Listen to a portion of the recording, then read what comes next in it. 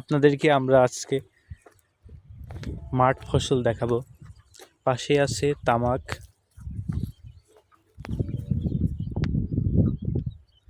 এবং তার ঠিক পাশের সাইডে আছে ভুট্টা। ভুট্টা যারা আপনারা খেয়েছেন, শহর অঞ্চলে আছেন অনেকেই, কিন্তু ভুট্টাটা আসলে উৎপাদন হয় ঠিক এভাবে। এই ছোট্ট চারা থেকে বড় হতে হতে একসময় ভুট্টা দেয় এবং এর মাঝে অসংখ্য আছে শাক, এগুলো খাওয়া যায়। এই যে একটা দেখি, এই যে একটা, এটা হচ্ছে বাতো শাক। এটা ভেজে খেতে অনেক সুস্বাদু লাগে। এইগুলো দেখুন পুরো জমিতে ভরে গিয়েছে। এর পাশেই আছে শস্য ক্ষেত। এখন উৎপাদনের সময়, রবি মৌসুম, এজন্য প্রত্যেকটা ফসল উৎপাদন হচ্ছে। এর সাইডে আমরা দেখতে পাবো সুন্দর একটি গমের উৎপাদন ক্ষেত। এখানে গমের চারা ধীরে ধীরে বড় হচ্ছে।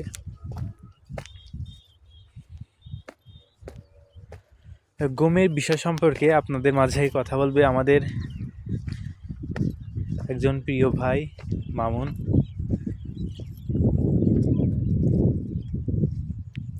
আচ্ছা, এই যে এখন গম হালকা বড় হয়েছে, তো এটার উৎপাদন পদ্ধতিটা একটু আপনি জানাবেন দর্শকদেরকে।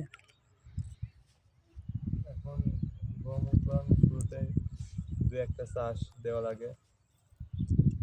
চাষের পর 2 থেকে 3টা চাষ দেওয়ার পরে শুকনো মাটিতে বীজ বপন করার পরে একটা সেচ দেওয়া হয়। সেচের পরে কিছু সার মাটি দেওয়া লাগে, দিতে হয় অথবা না দেওয়া হয়। এরপরে সেচ দেওয়ার পরে 2 থেকে 1 মাসের ভিতরে আর কি গম বীজ বেরোনো শুরু করে। সেখান থেকে 2 থেকে 3 মাসের ভিতরে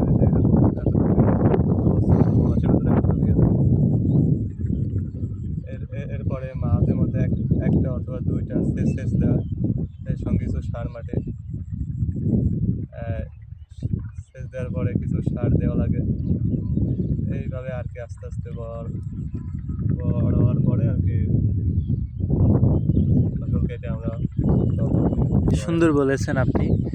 তো আমরা জানতে পারলাম যে গমটা কিভাবে আসলে উৎপাদন করা হয়। তো চমৎকার দৃশ্য প্রকৃতির মাঝে আমরা দেখতে পাচ্ছি। আপনারা যারা সত্যি বাইরে আসছেন, হয়তোবা গম উৎপাদন দেখেননি, আপনার জন্য এটা কি সুন্দর গম চাষ। দেখুন, দেখলে মনটা জুড়িয়ে যাবে। এখান থেকে এই দেশের উৎপাদন হয়, কৃষকরা উৎপাদন করে এবং আমাদের চাহিদাগুলো পূরণ করে থাকে। কিন্তু দুর্ভাগ্য হলেও সত্য, আমরা কৃষকদেরকে মূল্যায়ন করতে চাই না। কৃষকরা এই রোদ, বৃষ্টি, ঝড় উপেক্ষা করে উৎপাদন করে এবং যেগুলো উৎপাদন ফসল আমরা পাই তার বেশিরভাগ তাদের কষ্টের মাধ্যমে উৎপাদিত ফসল। তো যাই হোক, আপনারা যারাই আছেন কৃষকদেরকে মূল্যায়ন করবেন, এটাই হলো আপনাদের প্রতি একটা অনুরোধ। এর সাইডে আমরা দেখতে পারছি বিভিন্ন ধরনের ফসল এখানে আছে। আমরা একটু সামনে আগাই, গ্রামের মাঝে ছোট্ট একটা বাড়ি দেখতে পাচ্ছি সামনে। ওয়াও, প্রকৃতির মাঝে মিশে আছে।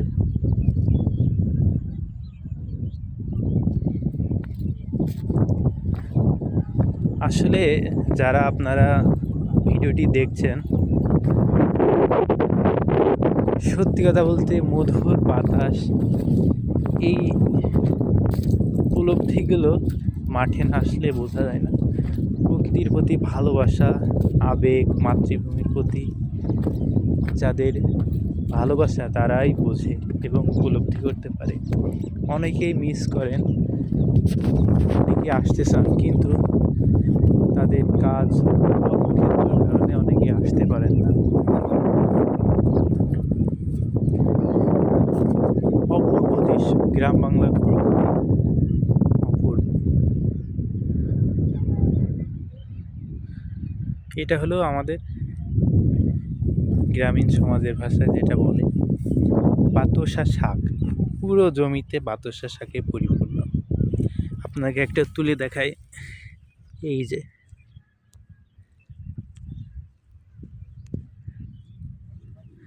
এগুলো হলো বাতো শাক। ভুট্টার জমিতে বাতো শাকে পরিপূর্ণ। এগুলো বিক্রি হয় বাজারে 10 টাকা আটি, 15 টাকা অথবা 20 টাকা করে। এটা খেতে খুবই সুস্বাদু।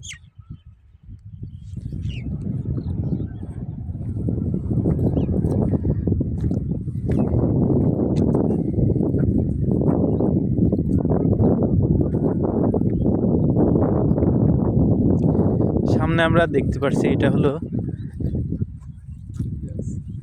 পেঁয়াজ ক্ষেত। দেখুন, আমরা এই যে পেঁয়াজও খাই, পেঁয়াজ অর্থাৎ রান্নার একটা প্রধান উপাদান পেঁয়াজ। পেঁয়াজ ছাড়া তরকারি একেবারেই কল্পনা করা যায় না।